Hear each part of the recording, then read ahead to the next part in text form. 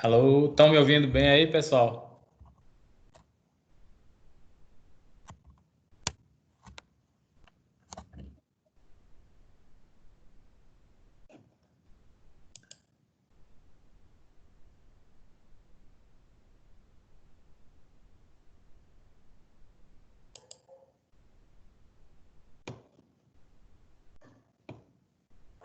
Alô, estão me ouvindo bem? Alô,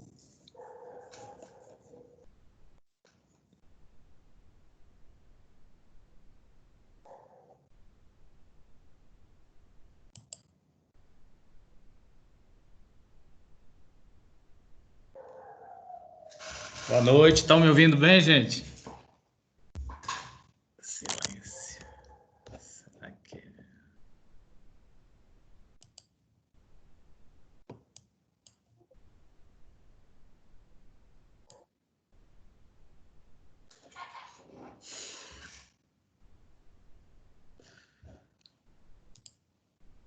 Oi, oi.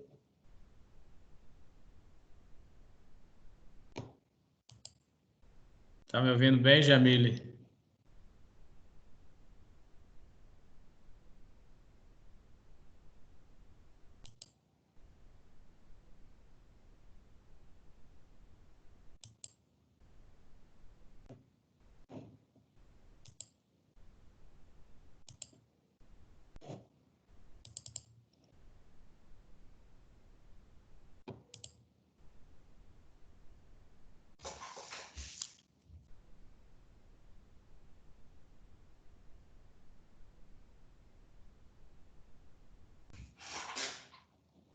Tudo bem, pessoal? Boa noite, né? Como vocês já sabem, nós teremos uma avaliação de hoje, é uma semana, né, dia 23.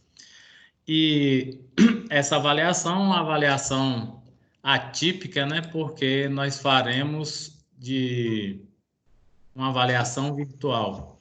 Então, como vocês já receberam o e-mail lá de Danilo e também pelo Zap, explicando quais são os critérios da prova, eu vou publicá-la faltando 5 minutos para as 7 do dia 23, e aí vocês terão até as 22 horas para entregar essa avaliação.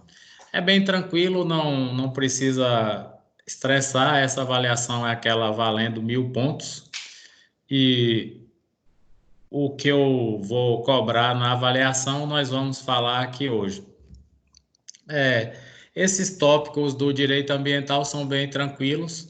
Eu vou procurar abordar exatamente aquilo que é mais interessante, que é quando o Código Ambiental, o direito ambiental, ele tem essa conexão da constitucionalização.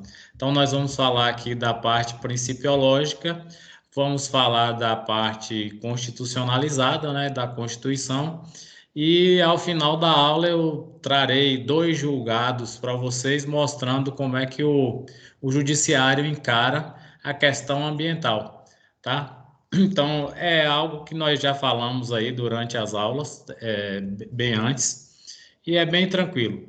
Com, não deixem de entregar a avaliação até as 22 horas, porque após 22 não será mais recepcionado, tá certo? Então vamos seguir.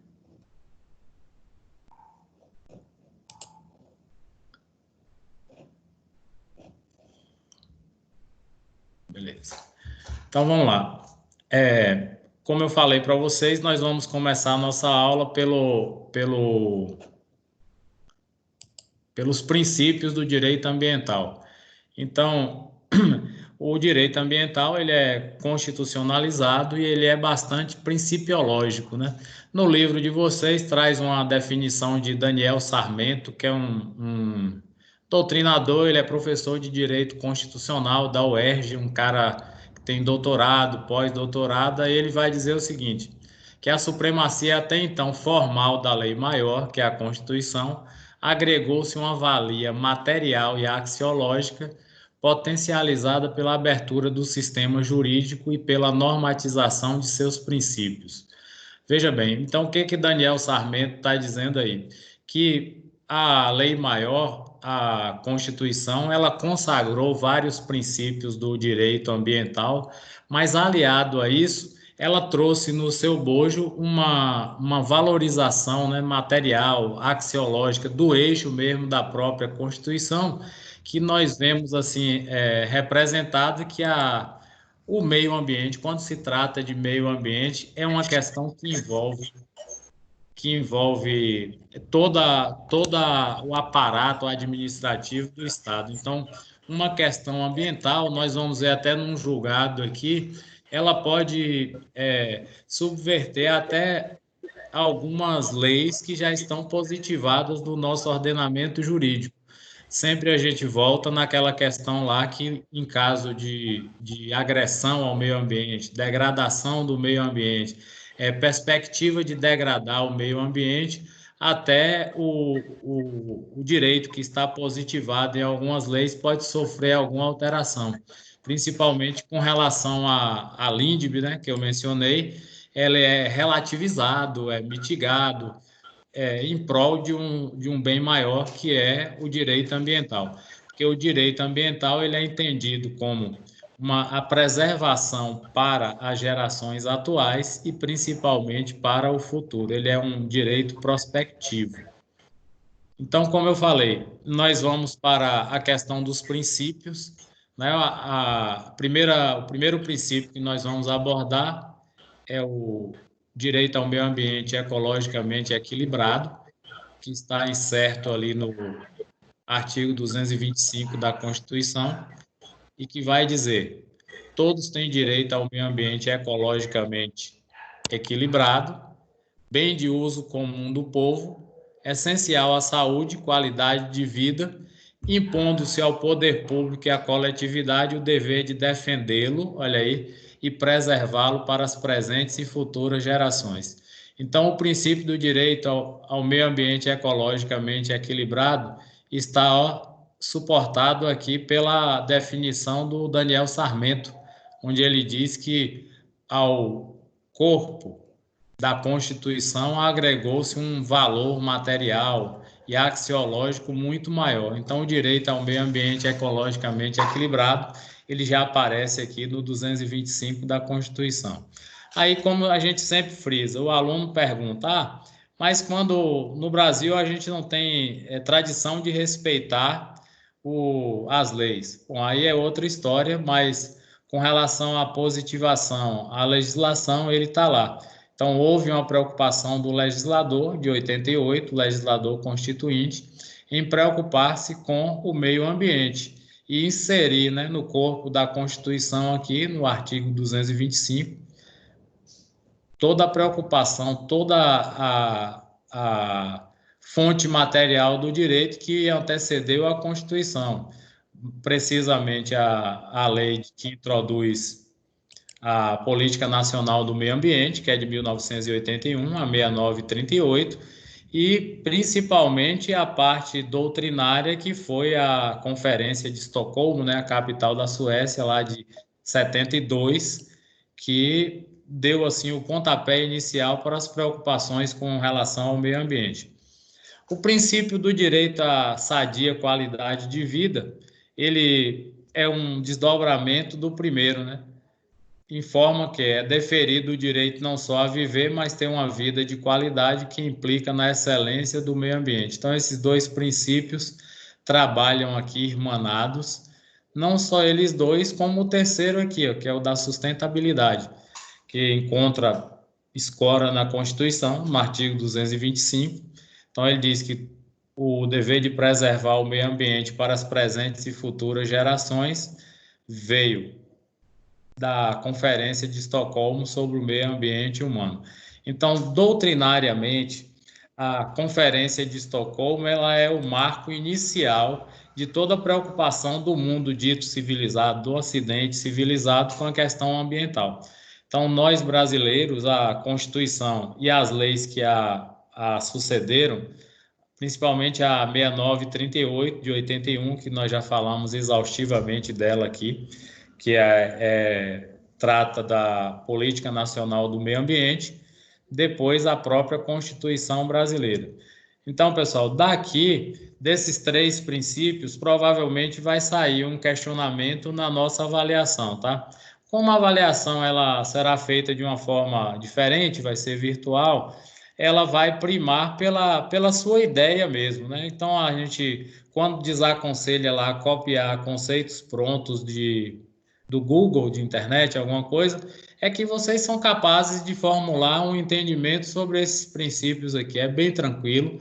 Se sai uma pergunta daqui, claro que você vai dar um texto para você formular uma resposta com base nesse texto que te foi fornecido. Então, não vai ter dificuldade alguma, não precisa o aluno recorrer de internet, essas coisas, que ele vai ter plena capacidade de resolver.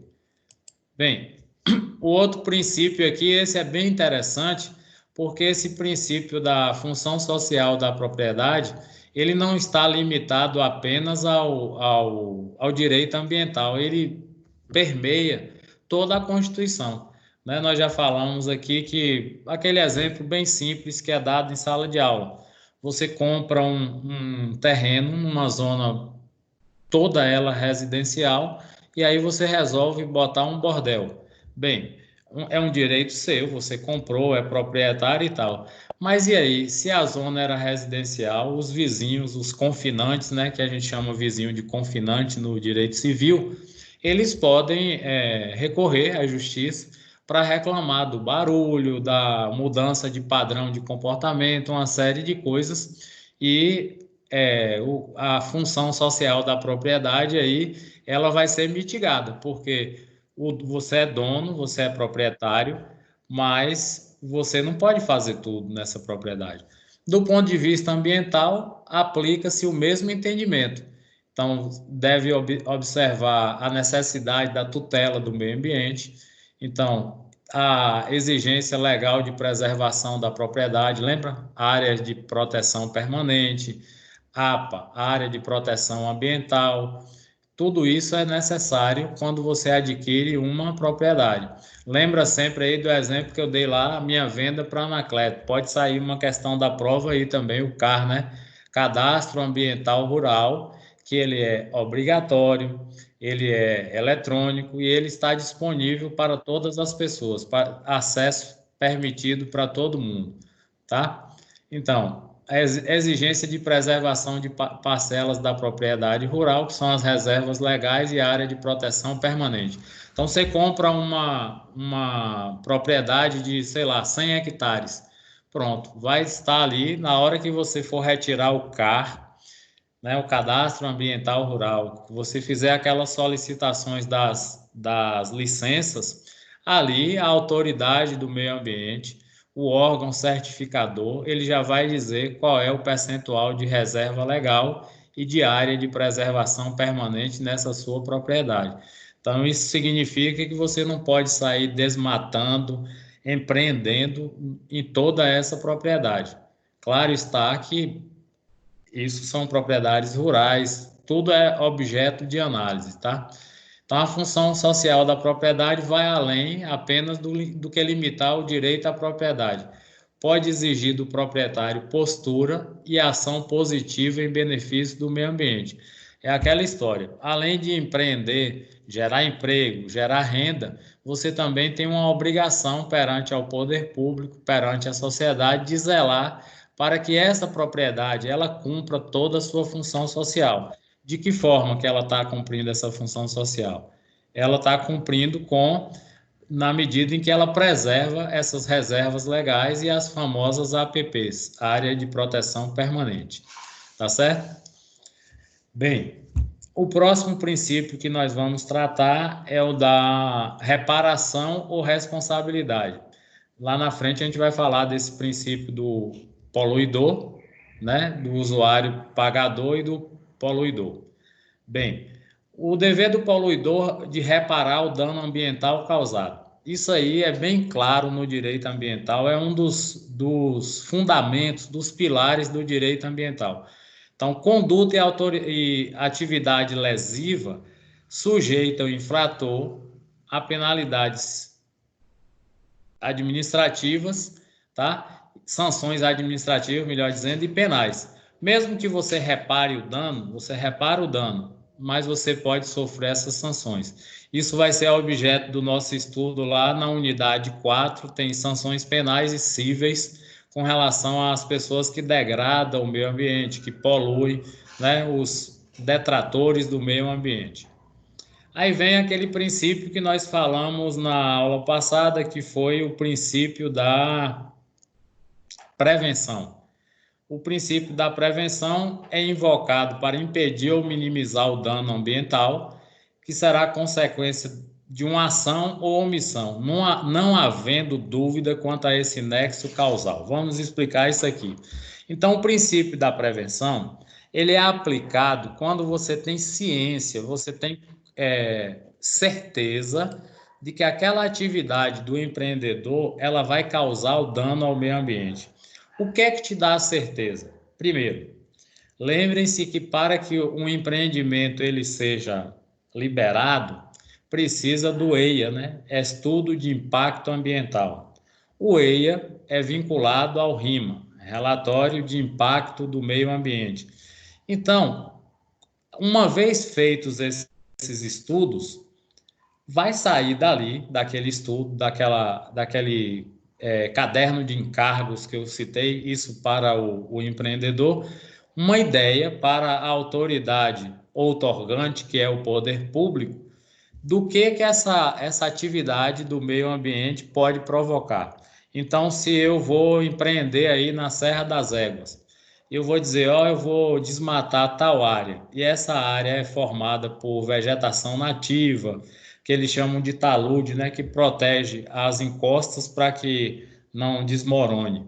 Então, nesse relatório de impacto do meio ambiente e no EIA, no estudo de impacto ambiental, já vai estar delineado todo esse perigo aí que oferece esse desmatamento, esse empreendimento. Então, a autoridade outorgante, que é o poder público, ele vai aplicar o princípio da prevenção. Então, nós vamos prevenir. As suas licenças não vão ser liberadas, a licença não vai ser concedida. Por quê? Aí ele vai justificar, né, pelo princípio da prevenção, fundamenta com base nos estudos, tudo tem que ser fundamentado, não pode dizer não pode porque não pode, esse comportamento aí não existe.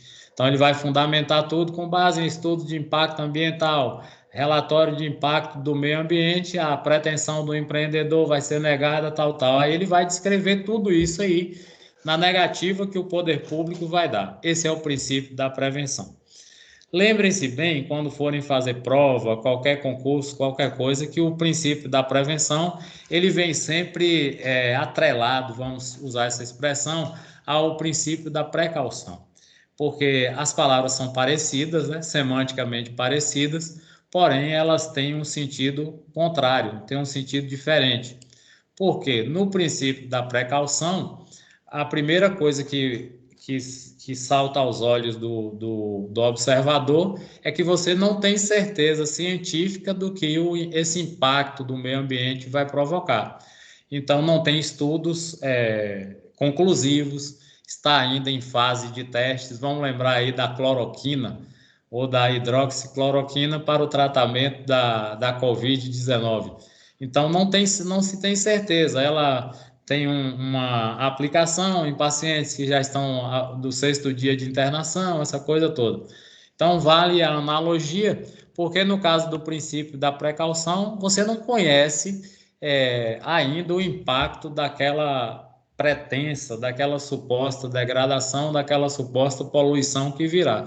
Então, o órgão outorgante, o poder público, ele pode aplicar esse princípio. Olha, não tenho certeza, mas com base em estudos preliminares, estudos incipientes, estudos superficiais, nós vamos negar essa licença por conta do princípio, baseado no princípio da precaução.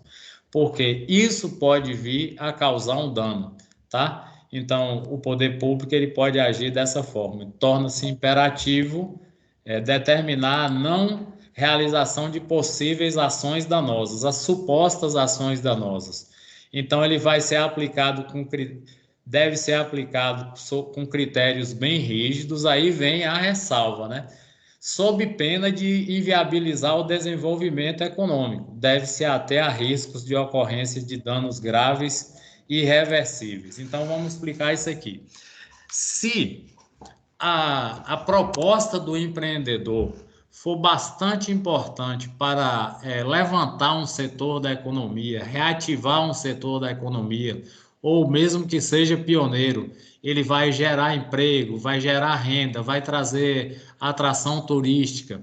Aí, esse princípio, ele pode ser mitigado, tá certo?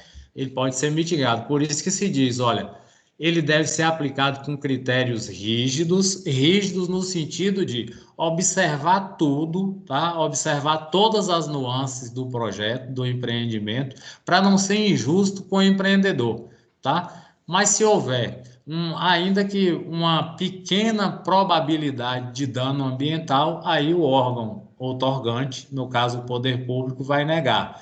Mas essa negativa ela tem que ser acompanhada de vários critérios, por isso que ele diz critério rígido, para não comprometer, não inviabilizar o desenvolvimento econômico. Aí vocês percebem a bucha que fica na mão de um órgão que lida com esses problemas. Se nós formos olhar para um exemplo que foi dado na aula anterior, a questão de Brumadinho, né? A comissão da Assembleia Legislativa ela foi omissa porque ela permitiu que a Vale fosse levando o projeto. Os raros votos contrários nas comissões de meio ambiente foram esquecidos, tanto pela mídia quanto pelo governo. E aí deu o rompimento da barragem, o dano ambiental incalculável em vidas humanas e também do ponto de vista ambiental mesmo, que saiu levando, ceifando leito dos rios, casas e tudo que vocês já sabem que a mídia divulgou amplamente. Quer dizer, o órgão que permitiu, no caso IBAMA, todos esses órgãos, a Secretaria Especial de Meio Ambiente de Minas Gerais, Comissão da Assembleia Legislativa, o próprio governador, todo mundo teve participação nisso aí. Não está tão divulgado, foi divulgado bastante na época, mas a punição está vindo devagarinho porque é um colosso da economia brasileira, né? A Vale é aí uma das 65 empresas listadas na Bolsa de Valores de São Paulo e ela que um impacto nas ações da Vale derruba a bolsa, um crescimento do preço das ações da Vale eleva os pontos da bolsa, enfim, tudo isso tem, voltando ao que eu comecei a falar. Olha como é difícil a posição do órgão que vai fazer a concessão dessa licença, do órgão que fiscaliza, do órgão que emite essas licenças. Então, por isso que tem que ser extremamente rígido, um critério bem rígido para evitar esse tipo de situação, esse tipo de dano. Beleza? Bem, o próximo princípio aí é do usuário pagador e o princípio do poluidor pagador. Então, coloquei aqui um asterisco em um, dois no outro. O uso do usuário pagador é aquele que usa os recursos naturais. Um exemplo simples, vamos falar aqui da realidade de Brumado. Vamos supor que aqui em Brumado existe isso, uns mananciais na Serra das Éguas aí, tá? De repente, eu moro ali no subúrbio e pego essa água, vou pegando, construo uma caixa, irrigo minha plantação e tal. De repente, o poder público resolve me cobrar por uso dessa água, desse recurso natural. Pronto, ele tem todo o direito de fazê-lo, tá? O princípio do poluidor pagador é o pagamento pela poluição causada. Então, aqui em Brumado, durante muito tempo, tinha um café Brumado ali na saída, depois da ponte, quem vai para a Vitória da Conquista. Então, nessa época, acho que o meio ambiente não tinha essa importância que tem hoje, não era bastante divulgado. O poder público poderia o quê? Princípio do poluidor pagador, né? Tá poluindo o meio ambiente, poderia instituir uma taxa, uma cobrança por uso dessa atividade econômica, porque na verdade ela era bastante poluente. Infelizmente do ponto de vista econômico, mas felizmente do ponto de vista ambiental, não existe mais. Então, esses dois princípios atentem para esse fato aqui, ó. Eles não são aplicados no intuito de punir, pelo contrário, tá? Eles podem ser aplicados diante de uma ação lícita. Então, eu estou ali pegando a água para a minha horta, para a minha casa, para a minha propriedade, é uma ação lícita. Eu não estou burlando a lei, há uma permissão e aí o poder público resolve me cobrar. A questão do poluidor pagador, se ele tem uma atividade econômica que está poluindo, desde que ela não seja clandestina, provavelmente ele passou por aquelas fases da licença de prévia, de ação e de operação, aquelas 3 licenças. E também ele passou pelo o licenciamento, né? Tudo isso ele passou. Então, se ele está poluindo agora, aumentou, significa que a atividade dele não é ilícita, não é ilícita, mas a poluição aumentou e agora cabe ao poder público aplicar aqui uma sanção para que ele reduza os índices de poluição e passe a pagar por esse excesso. Vocês lembram que no século XX estava muito comum, na virada do século, muito comum os chamados créditos de carbono, né? As empresas elas apresentavam relatórios de impacto ambiental, de poluição e se comprometiam a reduzir esses impactos ambientais. Então, isso fazia um bom marketing, né, da empresa perante aos consumidores e elas ganhavam uma espécie de crédito na hora de renovação das licenças, tudo isso era mais facilitado, porque elas demonstravam ali já uma preocupação com o meio ambiente. Então, aqui é bem interessante esse aspecto que está interligado lá com o que nós falamos anteriormente. O pagamento desse poluidor Professor, pagador, só um detalhe aí. diga, Me parece que as empresas ainda compravam o crédito de outras que não que não consumiam, que tinham utilizavam. que Isso, plantavam isso. mais, não utilizavam. Exatamente, exatamente. Além de comprar o crédito, ela também podia apresentar os relatórios de impacto e se comprometer, né, a reduzir esse impacto no meio ambiente. É bem interessante isso. Boa observação aí, Paulo. Então vamos lá. Então veja bem, o fato de você pagar, esse princípio do poluidor pagador, não te garante, não gera o direito de poluir. Pelo contrário, significa que você permanece com o dever de aplicar todas as condutas para mitigar que é reduzir, suavizar os danos causados por essa intervenção. Então, esses dois princípios aqui ó, trabalham juntos. Prestem bem atenção nisso aqui, porque você pode se deparar com isso num concurso, na prova da OAB. São os dois princípios que são interligados, é o da precaução e da prevenção e do usuário pagador e do poluidor pagador. Então é bem interessante isso aqui, porque é uma espécie de pegadinha aqui de concurso, né? Está vinculado ao uso do recurso natural e o outro está vinculado à causa da poluição, né? Da degradação aqui do meio ambiente. Bem, aí esse é bem interessante que você trabalha com poder público que já está expresso na própria Constituição. Ele tem a obrigação, a tutela do meio ambiente é do Estado.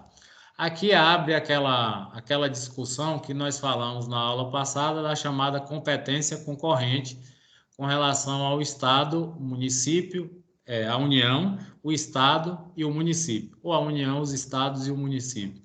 Quando há a chamada competência concorrente, nós já vimos que, como em outras áreas da nossa vida jurídica, geralmente há uma prevalência da União. Mas no caso do meio ambiente, sabemos que ali o 22, o 23 e o 24 da Constituição, eles consagram a chamada competência concorrente. É óbvio que em determinados municípios você não tem órgãos do poder público federal. Então você vai ter que delegar a função para o poder público local municipal. Mas em determinadas questões, a União ela vai ter que agir, como no caso das minas, né, que estão celebradas lá na Constituição, você sabe que aí é competência federal. Então, a magnesita aí, quem é que fornece as licenças? A competência é federal, tá? A competência é federal. Então, vamos lá. A importância da proteção do meio ambiente é tema já estabelecido. Aqui é o que nós já falamos. Tá dando eco aí.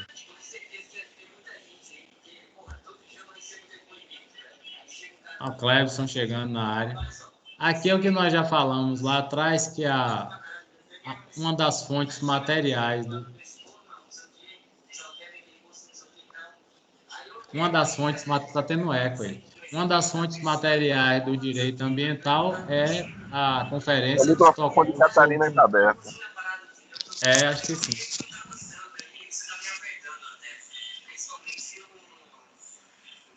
Catarina.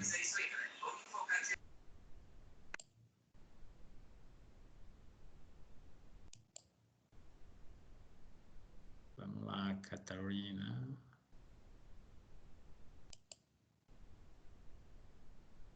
Minutinho aí.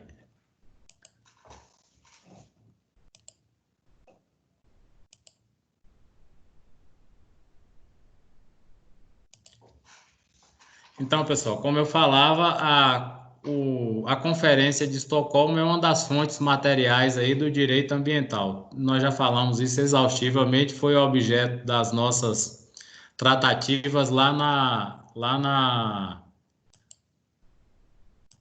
primeira parte, né, no primeiro bimestre. Primeiro bimestre, não, nas 3 primeiras aulas da seção 1, 2 e 3. Então, ele é uma espécie de marco regulatório, de marco introdutório da questão ambiental.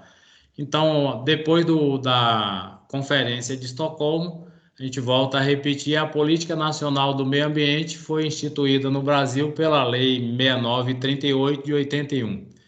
Então, a Constituição de 88, ela vai confirmar, reafirmar, consagrar todas essas decisões da Conferência de Estocolmo.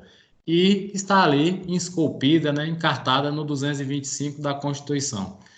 Então, o princípio da obrigatoriedade da intervenção do poder público está aqui. Deve se preocupar com o meio ambiente no momento da elaboração das políticas públicas e das leis, bem como o exercício da fiscalização, ou seja, o efetivo controle. Então, ele é uma matéria tão sensível que não pode ser delegada para particulares. É o poder público mesmo que tem que intervir para cuidar do meio ambiente, né? A política é essa, está no artigo 225, está expresso na Constituição.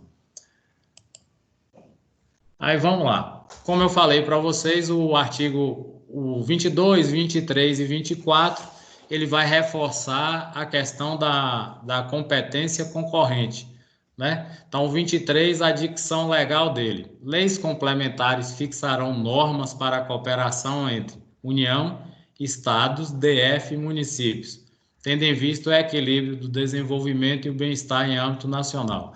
O que ele diz aqui logo de cara? Leis complementares. E aí ela veio, né? É a principal lei assim que trata do meio ambiente pós-Constituição. Então, o que a Lei Complementar 140 de 2011 faz? Ela vai traçar uma política do meio ambiente, claro que em consonância com todas as leis que vieram antes, a própria 6938, a Constituição, né, todos os dispositivos infraconstitucionais, melhor dizendo, mas ela está aqui, ó. Fixa normas, né, para cooperação, Distrito Federal, União, municípios, nas ações decorrentes da competência comum. Quando se fala em competência comum, é aquela, todos têm obrigação, todos têm deveres com relação à proteção do meio ambiente, né, combate à poluição, degradação, tudo aquilo que a gente falou exaustivamente aqui. E vai alterar a 6938, né, no sentido de aprimorá-la. Claro que ela bebeu na fonte, vários artigos aqui são bem parecidos, há uma cópia, a Lei 140, ela recepcionou vários artigos da 69 e 38. E aí o que eu falei, ó, o ente federativo poderá delegar, olha a expressão aí do direito que não pode ser olvidada, não pode ser esquecida. Isso aqui pode ser pegadinha de concurso, ó. O ente federativo deverá não, poderá, mediante convênio, tá? Executar ações no âmbito administrativo atribuídas nessa lei complementar. O que que significa isso? A competência é do governo federal. Então, você tem aí, embrumado, tem um órgão de extrema competência aqui, a Secretaria do Meio Ambiente detém técnicos bem preparados, eles já fizeram uma pesquisa, de repente o órgão federal pode delegar uma função a ele atribuída para essa Secretaria do Meio Ambiente. Poderá, não significa que ele deverá. Então, as palavras aqui têm força, né? Desde que o ente destinatário da delegação disponha de órgão capacitado, né, para executar as ações administrativas a serem delegadas. Porque o braço do Estado, ele não alcança tudo, né? Então, aí é aquela expressão que a gente usa lá no latim, né? O munus público. Você estará investido do munus público a partir de agora, ou seja, o poder público municipal, de repente, pode executar uma função delegada pelo ente federativo, que é a União, o ente federado lá de cima, né? Que no critério topográfico você tem União, depois estados, depois os municípios, tá? Sigamos. Aqui, gente, ó, falei pra caramba, eu trouxe 2 julgados aqui com relação a meio ambiente. Esses julgados é lá do Rio de Janeiro, tá certo? Então, observe, aqui vai ficar bem claro o que eu pretendo mostrar para vocês, que eu posso até colocar um julgado desse aqui na prova e pedir para você aplicar o princípio aí, você é o magistrado. Não estou dizendo que vou fazê-lo, não. Então, vamos lá. Então, a apelação civil aqui do Ministério Público, isso foi uma ação civil pública, vocês devem lembrar. Vamos relembrar aqui alguns conceitos lá de constitucional. A ação civil pública, todo mundo lembra que ela tem os postulantes, né? Quem são os postulantes de uma ação civil pública? O Ministério Público, né? A Defensoria Pública, correto? Os entes federados, União, estados e municípios, e as associações constituídas há mais de um ano, desde que tenham a chamada pertinência temática. O que é pertinência temática? Esse tema, motivo, objeto da ação civil pública deve ser inerente àquela associação que está movendo essa ação, essa apelação civil aqui no caso. Então, se nós falarmos aqui, digamos, do Sindicato dos Mineradores, ele movendo uma ação para resolver uma questão de patrimônio histórico e artístico que não envolva nada ligado à questão mineratória, não há pertinência temática, embora ele seja uma associação constituída há mais de um ano.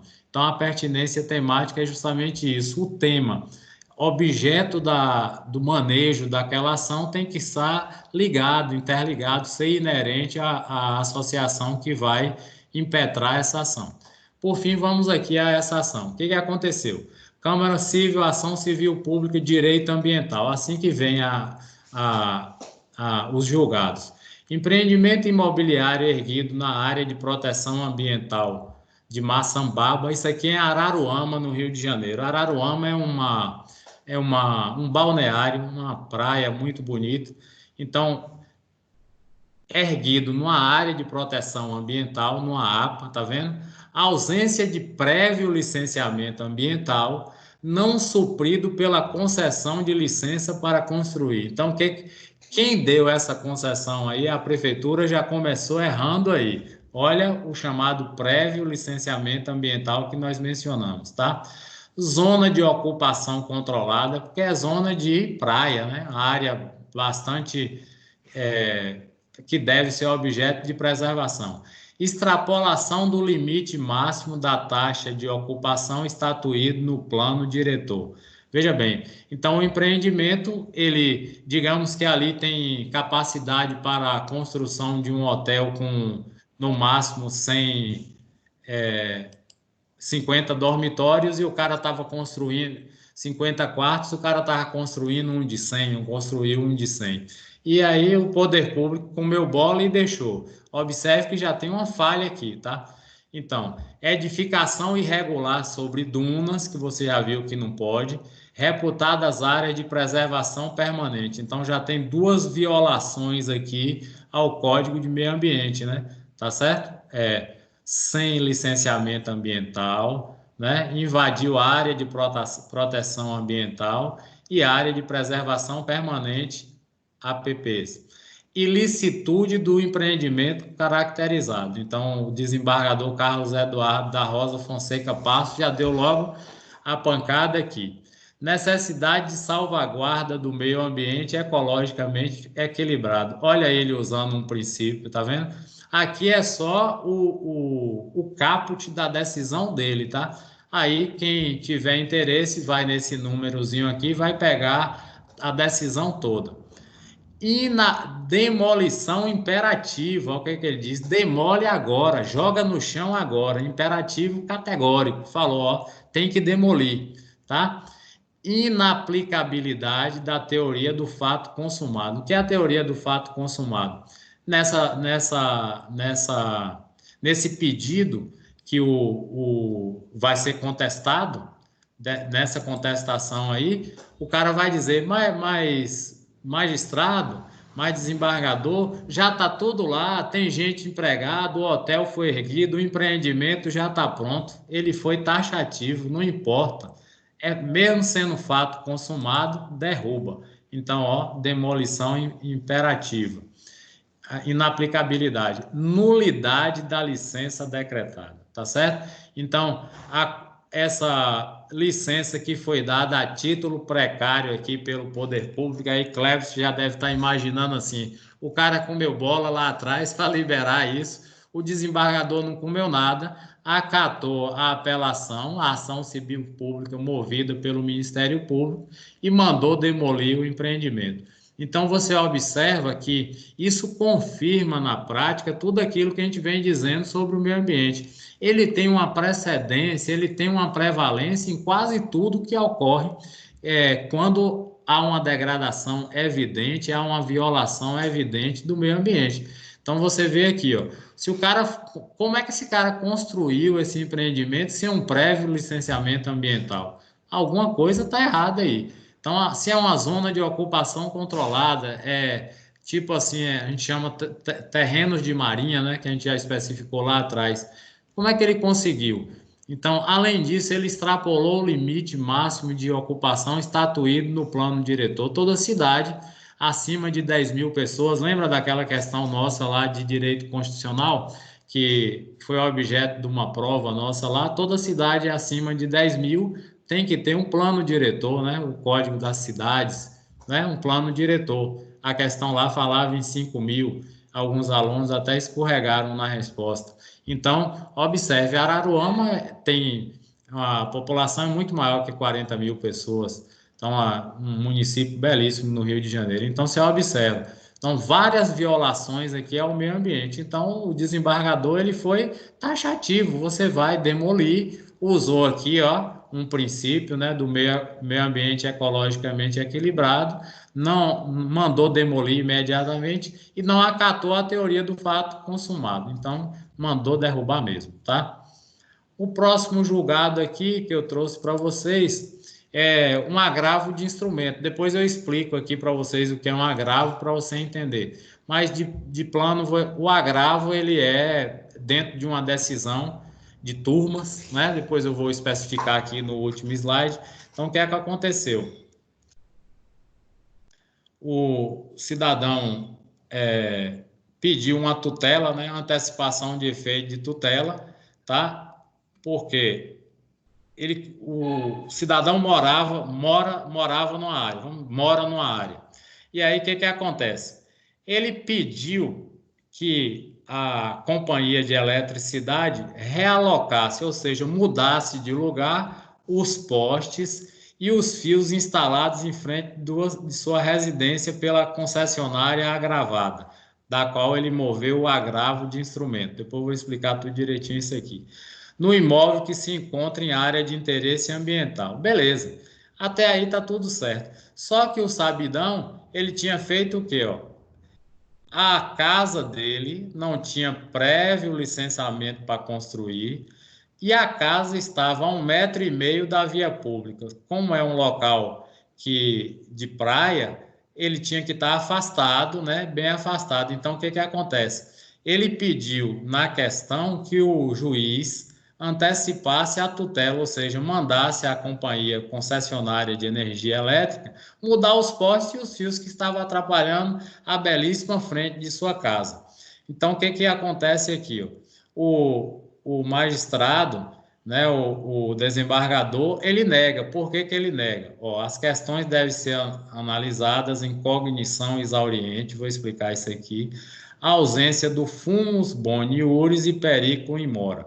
Fumus boni iuris, as pessoas chamam isso aqui comumente de fumaça do bom direito. Não é bem assim, mas fica, né? Ficou um vício de linguagem, uma lenda urbana aí no juridiquês. E o periculum in mora é perigo da demora. Ele queria dizer o seguinte: olha, meu direito, à medida que o tempo passa, ele vai ficando cada vez mais degradado, mais agredido.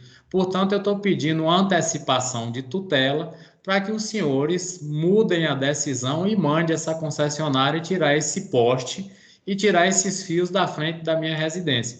O desembargador não entendeu assim. Ele foi e disse: olha, para que eu lhe concedesse essa tutela, eu não vou lhe conceder essa antecipação de tutela, porque não existe aí a chamada fumaça do bom direito, nem o periculum in mora. Você não provou que esses fios e esse poste atrapalha a sua vida. Não tem necessidade, não tem urgência para que eu conceda isso aí. Então, ó, conforme o artigo 300 do Código de Processo Civil, que trata disso aqui, depois a gente vai ver, vou explicar os dois. O recurso foi conhecido, ou seja, foi aceito, mas foi desprovido. O desembargador negou.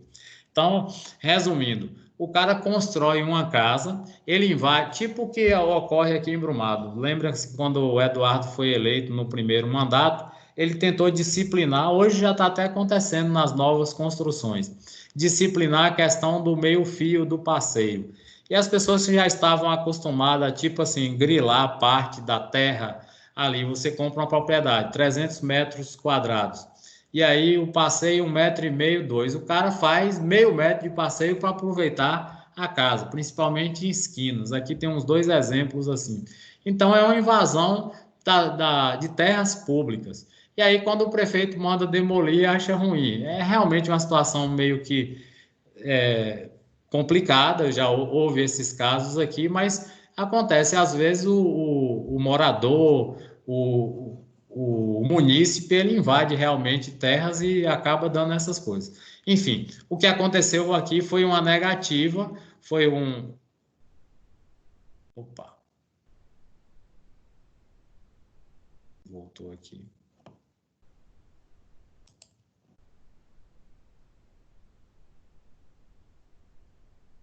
Caiu a energia. Minutinho aí, pessoal.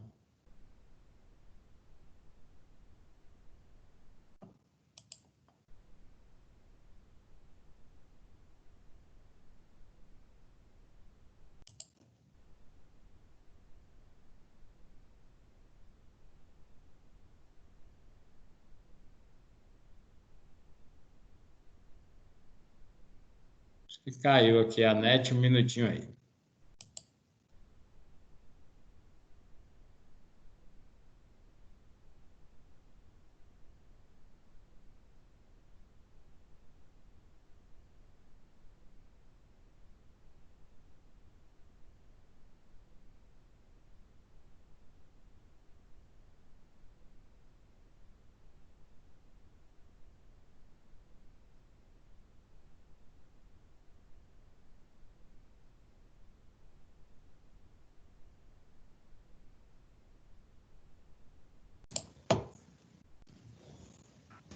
Voltou aqui agora.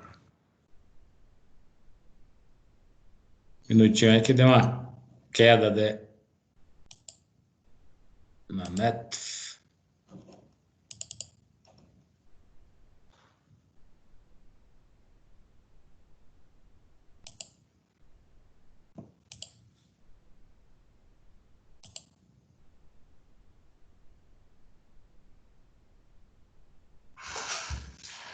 Ora. Bicho lerdo, velho.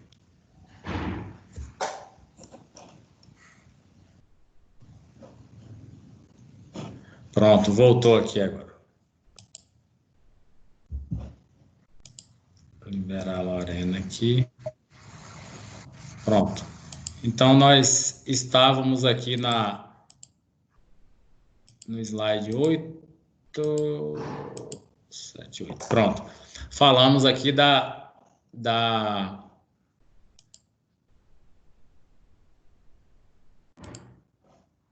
negativa, né, do desembargador Luiz Roldão de Freitas com relação à pretensão, né, ao agravo que foi impetrado pelo morador que pediu antecipação de tutela ou tutela de urgência para que uma concessionária de energia elétrica retirasse, fios e postes da frente da sua casa. O desembargador assim não entendeu, manteve a decisão, né, manteve a decisão do juiz singular ou juiz de piso, que eles não gostam desse nome, enfim. E aí vamos aqui dar uma explicação para vocês do que é, onde cabe um agravo, né? Então, um agravo de instrumento está ali no artigo 203 do Código de Processo Civil. Ele diz o seguinte: toda decisão interlocutória, despacho, tá? Ou uma sentença que não põe fim ao mérito do processo, cabe agravo. Esse agravo é chamado de agravo de instrumento. Acontece como? Ó, veja bem, se não for a sentença definitiva, a sentença tiver a parte dispositiva ali, tá? Toda decisão que o juiz dá no processo é interlocutória. Então, o que acontece? O que esse cidadão ele pretendia? Ele agravou com a decisão de um juiz e pediu uma tutela antecipada. Antes do julgamento final, retire o poste e os fios da frente da minha casa que estão me incomodando. Aí o que o desembargador falou? Não, isso aí só pode ser feito em caso de cognição exauriente. O que é cognição exauriente? Quando a causa foi examinada na sua totalidade. Então, você tem a cognição sumária do magistrado. Sumária é quando ele toma contato ali com a causa, né? É uma cognição sumária. Cognição vem de conhecimento mesmo. E a cognição exauriente é quando ele já examinou o processo, as provas, e aí ele vai dar a decisão. O que o desembargador fez foi, enquanto não tivermos a cognição exauriente, sua casa fica lá com fio, com poste, com tudo. E aí você vai ser ainda condenado aí por estar invadindo território público aí, tá? Então, despachos, decisões interlocutórias no processo, tudo isso cabe agravo. A gente chama de agravo de instrumento, agora começa uma decisão. Isso aí é um termo que está até antigo, já superou. Basta falar agravo. Antes nós tínhamos agravo retido, caiu no CPC de 2015, e agravo de instrumento. Agora é só agravo. O agravo retido era você colocava no processo ali um documentozinho, ficava retido mesmo, amarrado. Quando ele subisse para o tribunal, os desembargadores, claro que os assessores dele lá tiravam esse agravo para o desembargador examinar. Enfim, na verdade, o que nos interessa aqui é informar para vocês que o meio ambiente, você vê que ele é um tema sensível, né? Bem sensível, que em todos esses julgados que eu coloquei aqui, nesses dois, tem mais bem parecidos, o que acontece? A primazia do direito público, do meio ambiente, a proteção do meio ambiente, ela vem sempre em primeiro lugar. Ela supera até alguns direitos consolidados aí. Nesse caso, o desembargador ele não foi na pilha do agravante, né? Então, vamos lá. a questão da tutela de urgência, que é um desdobramento aqui do agravo, ela é concedida quando toda vez que tem a probabilidade do direito e o perigo de dano ou risco ao resultado útil do processo. Essa dicção legal aqui do artigo 300 do Código de Processo Civil nada mais é do que essas expressões que estão em vermelho, né? Então, o legislador ele optou por mudar essa terminologia que era utilizada. Vários advogados ainda usam, mas não é mais o termo atualizado, vamos dizer assim, mais odierno, mais moderno, do fumus boni iuris e do periculum in mora. Essa expressão foi substituída agora por isso aqui, ó, elementos que evidenciam a probabilidade do direito, que na verdade é o fumus boni iuris, e o perigo do dano ou risco ao resultado útil ao processo. Então vamos dizer o seguinte, aquele exemplo que a gente dá sempre lá no Código Civil da pensão de alimentos. Então a moça engravidou e aí ela não tem recursos e o rapaz vai questionar, não sou o pai, tal, tal. Aí ela vai, bate as portas do judiciário e pede uma pensão. O advogado dela vai e diz, ó, pede ao judiciário, né, a tutela de urgência, ela precisa comer. Então, o magistrado vai dar essa tutela de urgência, essa antecipação de tutela e vai dizer, fulano, você vai pagar aí a pensão de X mil reais, 2.000, 3.000 reais, beleza, tranquilamente.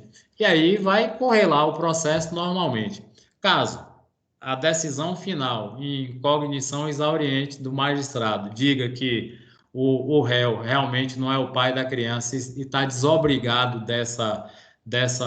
desse encargo, pronto, beleza, ele deixa de pagar, só que aí vai ter um problema, que pensão alimentícia, alimentos gravídicos não retornam, né? Ele vai perder esse dinheiro. Enfim, então, nesse caso aí, o advogado da parte, o advogado da moça, ele conseguiu provar, né, a probabilidade do direito e o perigo do dano ou risco ao resultado útil do processo. Porque se ela ficasse sem comer, podia morrer ela e o menino, a criança. Agora, para que o juiz dê essa tutela de urgência, ele tem que observar aqui o parágrafo 3º, ó, a tutela de urgência de natureza antecipada não será concedida como, quando houver perigo de irreversibilidade dos efeitos da decisão. O que significa esse parágrafo 3º? Digamos que a pessoa peça a mulher, nesse mesmo caso, ela saiba que o cidadão é possuidor de uma fortuna. Ela saiba aí que o cara tem 5 milhões. Levantou lá e prova que ele tem 5 milhões. Beleza. E aí ela pede metade para ela e a criança, o nascituro, e aí o juiz. E no decorrer do processo, o réu ele vai e diz assim, olha, doutor, ele vai lá e diz, né, na contestação ele diz, ela pretende morar nos Estados Unidos, ela é casada com um americano e ela vai pedir a cidadania americana, não vai voltar mais nunca. Então, se o senhor conceder a tutela, ela vai levar meus 2,5 milhões e eu não vou ver nunca. Eu que sou inocente, eu não sou o pai dessa criança. Um exemplo. Se o juiz tiver dúvida, nesse caso aí, ele não vai conceder. Porque, ó, há uma irreversibilidade aqui. Se ela se transforma em cidadã americana, botou a mão em 2,5 milhões, ele não vai ver mais nunca. Um exemplo aqui. Então, ela estará desobrigada porque ela contraiu matrimônio com um americano, passa a ser cidadã americana, gastou o dinheiro, já foi. Então, outras situações também podem acontecer. O cara receber um dinheiro antecipado, gastar esse dinheiro. Então, o juiz tem que observar bastante aqui a tutela de urgência. Eles olham bastante isso. E é muito comum a galera pedir, né, a tutela de urgência. Então, por isso que no primeiro ele vai dizer, ó, pode exigir caução real. Real é o quê? Coisa que nós já vimos aqui, REN, né? Vem depois uma garantia. Eu te dou, mas você me dá uma garantia, tá? Ou fidejussória, a palavra. Fidejussória aqui, fide é fé, jussória é de justiça, tá? Para garantir os danos que a outra parte possa sofrer. Aí, no decorrer do processo, que tipo de processo for, ele vai delinear, ele vai dizer o quê. No segundo, são os pré-requisitos para a concessão da tutela de urgência, né? Pode ser concedida por liminar ou após justificação prévia. Claro que quem pede tutela de urgência, demonstra. Ele vai de per si demonstrar essa tutela, o que ele pretende, e provar nesse pedido que ele faz ao magistrado como é que ele pretende, o que ele pretende nesse processo, como é que vai funcionar e tal. Falei demais, não foi, gente? Vamos lá. Então, vou recapitular aqui para quem chegou depois. Aqui são alguns conceitos de direito civil, como eu falo sempre para vocês, não tem sentido você trabalhar determinadas questões sem trazer para a realidade, para uma prática, tá? Então, vou falar para quem chegou depois na sala. Nossa avaliação ela vai ser no dia 23, de hoje a 8, quinta-feira. Como vocês já receberam informação lá pelo e-mail e pelo WhatsApp, que Danilo disponibilizou, ela vai constar de 3 questões. As 2 primeiras valem 300 pontos e a terceira vale 400. É uma prova que vamos chamar assim, de formativa, né? Eu vou pegar aqui alguns princípios que nós já falamos aqui exaustivamente nessas aulas, são os tópicos mais importantes aqui do direito ambiental, e vou pedir para vocês compararem com situações práticas. O magistrado Clebson aplicou esse princípio aqui. Tá certo porque tem fundamento? Peço a vocês que não precisa copiar nada de Google, vocês são capazes de resolver. É uma questão meramente de pensamento, de comparar o que está escrito com a legislação e com o que você vai estudar no seu livro, tá? A outra questão provavelmente vai versar sobre a Constituição, a competência concorrente, né, que sempre na história da nossa República a competência concorrente é uma situação complicada. Agora mesmo vocês estão vendo aí o conflito de competência entre a União, os estados e os municípios com relação às barreiras. Por exemplo, um exemplo prático que ocorreu no Rio de Janeiro, o Wilson Witzel, ele colocou barreiras. A questão do João Dória em São Paulo, aqui na Bahia, que você tem aí, Rui Costa elegeu alguns municípios que não podem ter tráfego de ônibus intermunicipal. Então, tudo isso é competência concorrente. Às vezes, a competência concorrente ela viola algum preceito, alguma parte do outro ente, né, de um dos entes federados. Então, a União, ela reivindica para si a questão da competência para legislar, para aplicar a lei com relação aos deslocamentos no Brasil. Beleza, está correto, realmente ela tem competência para tal. Mas o que o STF está entendendo? Ele está entendendo que em caso de uma pandemia, num caso que envolva saúde pública, esse princípio, essa lei pode ser o quê? Relativizada, pode ser mitigada. Então, a segunda questão provavelmente vai versar sobre isso aí.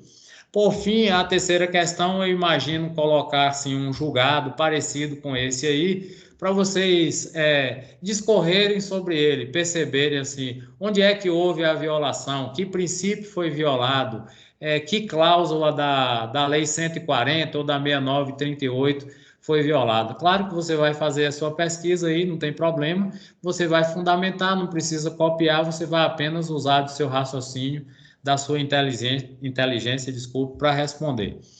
O critério adotado nessa avaliação é bem simples, vocês têm que entregar até às 22 horas, né? Acho que o Jorge passou um antecipado, não tem problema, até às 22, cerca de 5 para as 7, 5 para as 19, eu vou colocar lá no ambiente virtual, e aí, se alguém tiver dificuldade de acessar, informe pelo WhatsApp, que eu disponibilizo, e me dá o e-mail, que eu não me lembro mais qual mas acho que eu tenho aqui salvo, e aí eu jogo para vocês resolvem e vão torcer para essa primeira fase ser superada aí, até que nós possamos voltar a ter aulas presenciais, que são bem mais ricas, né, mais interativas e tudo isso que você já sabe.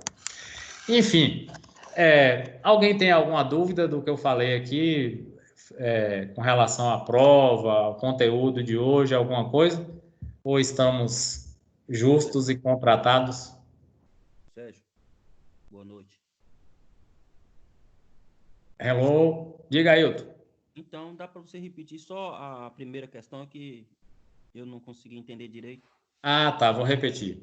Vou repetir. Bem, a primeira questão eu vou cobrar de vocês os princípios, tá? Provavelmente ali precaução e prevenção, usuário, poluidor, pagador, algo nesse sentido. Então, o que é que eu vou fazer? Por exemplo, digamos que, lembra que há duas aulas atrás eu trouxe aquele julgado da juíza Heloísa Carvalho Bastos, não foi? Luísa Carvalho Bastos, mostrando que ela usou de uma fundamentação para negar a divulgação daquela propaganda do Brasil não pode parar, dois princípios do direito ambiental, retirado inclusive de um doutrinador nosso, que é o Paulo Afonso Leme Machado, não foi isso? Então, posso pegar algo nesse sentido e lhe perguntar se o princípio foi aplicado de forma correta ou se que tipo de princípio você poderia justificar aquele julgado. Observe que nesse último aqui, o que o Roldão fez? Ó, ele usou o princípio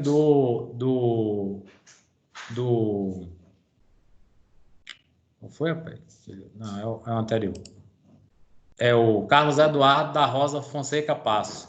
Ele usou o princípio do meio ambiente ecologicamente equilibrado para confirmar o pedido da ação civil pública movida pelo Ministério Público, tá certo? Então, é nesse sentido aí.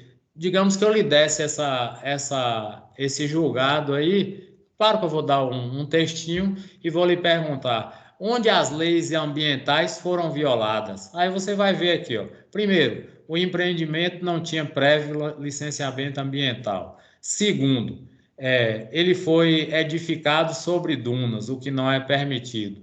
Terceiro, ele invadiu a área de preservação permanente. Então, tudo isso aqui. Aí você vai usar esse princípio. Qual outro princípio que caberia aqui? O princípio da intervenção do poder público. Cabe ou não cabe? Então, se o município de Araruama ele concedeu essa licença a título precário para esse empreendimento imobiliário, cabe ao governo do Rio de Janeiro, caberia ao governo do Rio de Janeiro, como ente federado, em tese mais importante do que o município, ou ao governo federal, à União, embargar essa obra. No caso aí, a ação civil pública foi manejada pelo Ministério Público, mas caberia ao governo do Rio, não caberia? Sim. Caberia à União? Sim. Então, se eu te perguntasse isso, era só você fundamentar, você olhava aqui, ó, quem são os postulantes ativos da ação civil pública, os entes federados, você ia responder essa questão aí, dava uma beleza de respostas, já estava passado aqui na prova para juiz. Beleza? A segunda questão que eu me propus a fazer foi a questão das competências, né? Nós sabemos que ali do 23, o 22, o 23 e o 24, ele trata das competências. A competência todo mundo sabe que é concorrente. O município não pode dizer, não fiz porque é competência do Estado. O Estado não pode dizer, não fiz porque é competência da União. Não, todos têm competência. Agora, se houver um conflito de competência, vai se averiguar quem é que realmente detém o poder para permitir a licitação, permitir o empreendimento, permitir a exploração, que geralmente... Pois não? Diga. Tipo aquele exemplo ali daquela, esqueci o nome da avenida ali, aquela avenida que começa ali. A avenida que vai para Livramento ali, que começa com na BA ali, na rodovia. Ali tem uma disputa antiga ali entre o Estado e a Prefeitura, não sei se você... Acho que todo mundo tem conhecimento sobre isso, que um fala o Estado empurra para a prefeitura empurra para o Estado e fica essa reviravolta ali, mais ou menos do Alto Xangô ali até o início do Poço Passarela, mais ou menos por aí, né? Exatamente. Por que tem esse conflito de competência? Porque ali é uma área, tipo uma área nervosa, ninguém quer assumir o ônus de resolver a questão. Muito bem lembrado, exatamente isso aí. Você se lembra que quando a UNEB funcionava ali, houve um acidente e uma pessoa morreu, né? Aí o pessoal estava querendo saber quem que eles processavam, se era o município ou se era o Estado, né? Não sei como ficou isso. Nessa época eu estudava direito lá ainda, a UNEB era ali na frente. Enfim, respondi sua pergunta aí, Ailton. Hello? Respondi aí, Ailton? Sim. Beleza. Obrigado, Sérgio. Beleza, nada, Ô, tranquilo. Sérgio, Pois não, diga. no caso aí desse empreendimento, igual a pessoa recebeu uma licença que não era a licença correta, entrou Sim. com ação civil pública. Ele investiu ali no início do empreendimento, começou a edificar. Aí entrou com ação civil pública, o Estado ganhou aí, no caso da sentença, mandou que fosse a demolição imediata. O Isso. dono do empreendimento, no caso, pode entrar com um processo contra o município por ter concedido a licença para ele e alegar prejuízo? Poder ele pode, agora ele não vai ganhar. Porque no caso aí, sua observação foi bem interessante. Tem um julgado parecido com esse aí, que é enorme ele. Eu vou trazer para vocês depois da prova. Que aconteceu? Um posto de gasolina, ele foi construído mais ou menos nessa condição aí. Só que eu me lembro que a Manuel fez até uma pergunta nesse sentido. Só que passou 2, 3 administrações. E a administração que estava atualmente no poder, no momento do manejo de uma ação civil pública, o Ministério Público pediu a indisponibilidade dos bens do secretário de Meio Ambiente atual, tá? Atual. E foi negada. Por que foi negada? Porque já vinha de lá de trás, aquele secretário ele não tinha culpa alguma dessa permissão de construção desse posto. Só que ele era entendido como conivente, porque ele sabia que o posto estava lá e não, ele foi omisso. Lembra do princípio da intervenção do poder público. Beleza. Então, o que acontece? O Ministério Público pediu a indisponibilidade dos bens do atual secretário, no caso, quando ele ingressou com a ação civil pública. O juízo de piso não concedeu.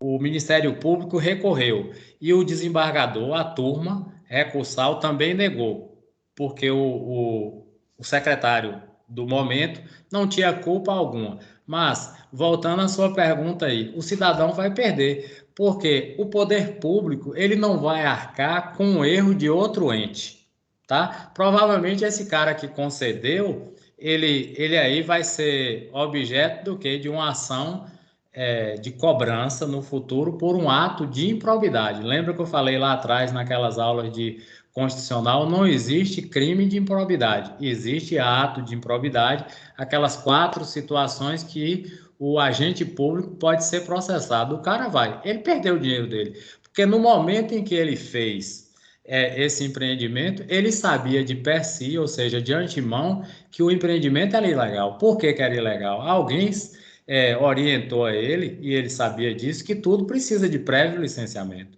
correto? Então ele vai perder o dinheiro dele. Ele vai se virar lá com esse cara que concedeu, com o poder público municipal que deu essa outorga. Mas o dinheiro ele vai perder. Porque quem é que vai pagar por um erro desse empreendimento? Que o meio ambiente ele foi degradado. Não é isso? Ele foi degradado. Você vê, dunas foram invadidas, né? Provavelmente aqui poluição, tudo que acarreta uma construção desse porte numa área de proteção ambiental. Então, nesse caso aí, não tem como ele reclamar, porque ele sabia de antemão. Nesse caso aqui, vai aplicar aquele princípio que a gente usa sempre com o juiz, iuria novit curia, o juiz conhece o direito. O cidadão é obrigado a conhecer as leis, você sabe disso. Nós somos obrigados a conhecer, não há que falar assim, eu não sabia que o artigo 121 poderia me dar uma pena de até 30 anos se eu matasse minha mãe. Você tem que saber disso. O poder público não quer saber na hora de punir, entendeu? Mas foi bem interessante sua pergunta aí, porque nesse caso aí ele perde. Tranquilo? E, bem, na terceira questão, como eu estava falando, alguém Ô, tem Sérgio. mais uma questão? Oi, diga. Ô Sérgio, Diga, Bruno. é Clebson. Ô, Cleber, diga. É feinho, mas eu sou mais bonito que ele. Foi citado aí o exemplo aí da Avenida Lindolfo Alves de Brito, Sim, sim. que tange aí na questão aí dessa imparcialidade aí, que é do município ou do estado. Verdadeiramente ali é uma BA, né? É. Só que, quando se tem algum problema, o município alega que é de autonomia do estado. Todavia, o município montou uma praça ali, fez diversas obras ali naquele respectivo local ali. Então, Certo. partindo do pressuposto de que o município alega ser pertencente ao estado, pode o mesmo fazer algum tipo de empreendimento no local? O município ou o estado, no caso, você fala, Município. a fazer algum empreendimento no local. É igual eles fizeram a praça, eles fizeram todo falou aquele... aí. Entendi. É, Deixa eu cortar teu- entendi Você sua fala. pergunta. Você Entendi. disse assim É como o Bruno. Tá. O município alega que não é responsabilidade dele fazer a reforma da. Foi muito bem, obrigado por lembrar o nome da rua, Avenida Lindolfo Alves de Brito. Lindolfo Azevedo Brito. Lindolfo Azevedo. Não, Vai. pois Azevedo. é. Aí o município alega que não é dele a responsabilidade de fazer a reforma e cuidar. Porém, eles foram lá nos passeios e fizeram algumas ornamentações, umas mini praças e tal. Então, eles não estariam assumindo o que é deles? Tá. Lembra aqui, boa pergunta. Agora entendi Isso aí que o Cleber falou, não foi? Perguntou também. Entendi na sua inteireza aqui. Olha aqui, ó, tá bem a caráter. Se o Estado entender que é dele, ó, ele vai aplicar isso aqui, ó, inaplicabilidade da teoria do fato consumado. O fato de você ter construído nessa região, ter ornado a entrada ou saída para livramento aqui, não significa que é seu. Vamos ver aqui. Se tem Claro que isso provavelmente não vai ocorrer, porque é uma zona que não é tão de. Tem disputa, tem, mas não é uma zona assim, não é um balneário, não é algo que possa afetar bastante as relações entre os dois entes, o município e o Estado. Mas se o Estado entender e provar que é dele, olha aqui, a inaplicabilidade da teoria do fato consumado. Mesmo você tendo empreendido, construído, eu posso trazer para mim, para minha competência, aquela parte ali, porque pertence ao Estado, entendeu? E ali ficou dito pelo não dito e parece que o município conseguiu, nesse caso aí, nessa disputa de competências, dizer assim, é meu. Mas se for constatado, aí a gente tem que ver os critérios que regem essa relação do município de Brumado com o Estado, mas eu creio que ali está mais para o município mesmo do que para o Estado, tá? Mas se fosse um caso aqui, a inaplicabilidade da teoria do fato consumado podia ser alegado aqui pelo ente, no caso, o Estado da Bahia, tá? Eu creio que ali pertence ao município, porque o próprio Jonathan também teve algumas a questão da ação judicial com uns monumentos que queria construir lá. Então o município interviu nessa questão aí. Um fato interessante, Sérgio, que me lembrei aqui, que foi até plagiado, né? O fato da reta escavadeira lá dos irmãos Gomes, lá que foi plagiado aqui de um caso aqui de Brumado, da reta escavadeira que funcionava pela madrugada, no empreendimento ali da Arca de Adonato, né? Que Eduardo mandava uma reta escavadeira todo dia de madrugada derrubar a construção ali da Arca de Adonato, alegando que a arca ela estava sendo construída às margens da ferrovia, né? Tanto da isso. ferrovia quanto da Quanto da rodovia. É bem lembrado, isso mesmo. Esse embrólio aí, não sei como é que foi o resultado, sei que a Arca continuou lá e já está até ancorada, o povo já está querendo embarcar lá por causa da chuva, mas é um fato curioso. Exatamente, você lembrou bem, ela fica, mesmo, vai, tá até ancorado, tem uma âncora. Interessante, olha aí, você vê com a vida prática, você está estudando aqui, bem lembrado isso mesmo. Eu lembro que teve uma confusão, Eduardo derrubava e ele politizou a ação, eu lembro, ele disse que era perseguição e todo mundo, no primeiro mandato de Eduardo até, foi isso mesmo. Bem lembrado aí, é coisa que acontece esse Brumado. Certo, pessoal? Então, aqui, ó, a questão 3, ela vai ser, como eu falei para vocês, um julgado desse tipo aí, vocês vão analisar, aplicar o princípio e aí, show de bola. Tranquilo? Hoje a aula foi boa, teve participação aí de vocês, bem tranquila mesmo. Tá certo? Algum questionamento mais, gente? Alô? Hein, Sérgio? Oi? Só para finalizar aqui. Diga, amigo aí. Essa aula vai ficar lá no ABA? Essa da agora? Essa revisão? Sim, vou botar agora. Tranquilo, obrigado. Boa Viu? noite. Aí ela vai, joga lá no AVA o link, você vai no YouTube, pega, ela vai ficar lá, tranquilamente. Ô, Beleza? Sérgio. Diga, Clebson. São quantos princípios aí que norteiam a questão do direito ambiental, mais ou menos, e quais são os principais? Ah, tá. Na verdade, o nosso livro traz 14 princípios, tá? 14. Esses que eu abordei aqui são os mais importantes, porque tem alguns que são complementares. Você viu ali logo no início, acho que chegou depois. Observe aqui, ó. Quer ver? Vou voltar aqui para você dar uma olhada. Ó. O direito ao meio ambiente ecologicamente equilibrado, aquele que o desembargador usou lá, tá vendo? O direito à sadia qualidade de vida e sustentabilidade. Esses trabalham conjugados. Observe o que nos dá essa certeza. Eles estão encartados aqui no 225 da Constituição, tá certo? Então, esses 3 trabalham conjugados aqui. É bem importante. Então, quando falar meio ambiente equilibrado, direito à qualidade de vida, sadia e sustentabilidade, é o artigo 225 da Constituição. É ele que traz todo o arcabouço jurídico aqui do meio ambiente. Depois nós temos aqui, ó, a função social da propriedade, que vale para todas as áreas do direito. Não é aquele exemplo que a gente sempre dá. Fulano adquiriu uma casa numa zona residencial, resolveu botar um bordel. Ele pode? De início pode, mas vamos olhar. É a função social da propriedade? Os vizinhos, os confinantes, podem reclamar. E aí o juiz pode dizer, ó, você pode fazer tudo aí, menos um bordel, tá? O princípio da reparação ou da responsabilidade é que o poluidor sempre tem que reparar o dano. Ele tem que reparar. Mesmo ele reparando o dano, ele pode sofrer as sanções penais e administrativas. Isso aqui a gente vai estudar a seção 4.2 e a 4.3. 4.1, 2 e 3 é só sanção penal e administrativa, onde o direito ambiental se conjuga aí com o civil e com o penal, tá? E o outro bem importante aqui é o prevenção e precaução, aquele que eu estava falando, acho que você chegou nessa hora aí. Porque as palavras são parecidas, mas os princípios são diferentes.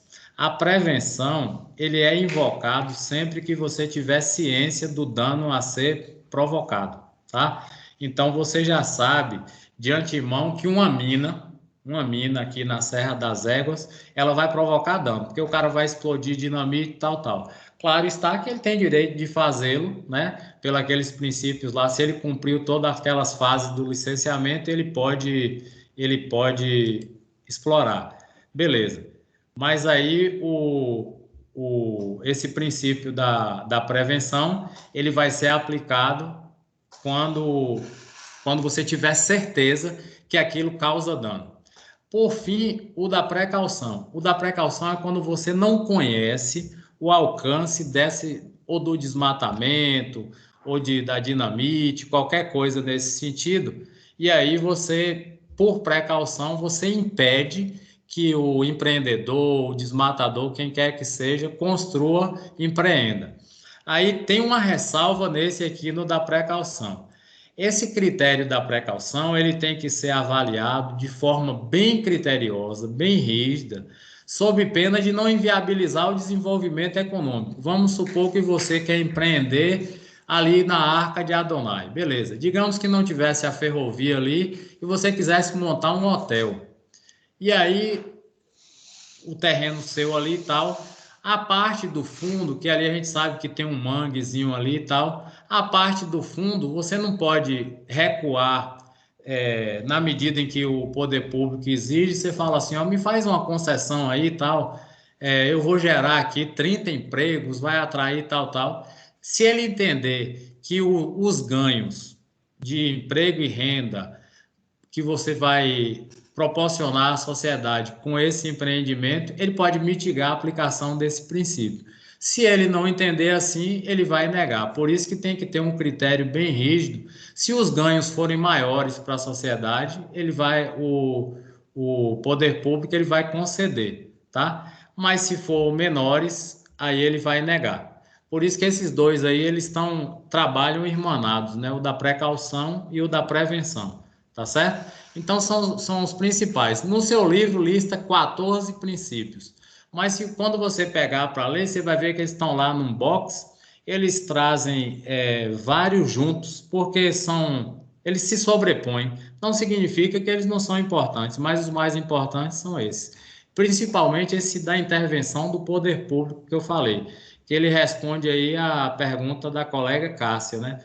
Que é, nesse caso aí, a prefeitura não poderia, o Estado não poderia acionar, o empreendedor não poderia acionar a prefeitura que concedeu? Não. Poder acionar pode, mas ele não vai ter sucesso nessa empreitada porque ele já sabia de antemão que ele estava cometendo um ato falho, um ato ilícito. Ele não tinha licenciamento e ele empreendeu, tá certo? Então é bem por aí. Tranquilo? Hello? Tá caindo hoje pra caramba. Tá. Sim, Sérgio. Tranquilo aí, pessoal?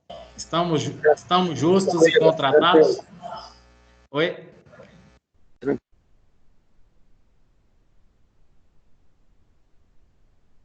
Beleza. Estamos justos e contratados, então até a próxima quinta, correto?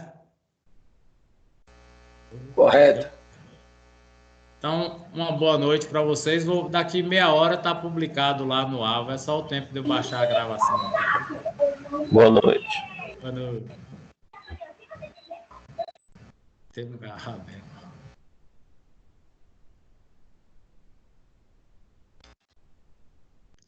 Boa noite, professor. Boa noite, amigos. Até quinta.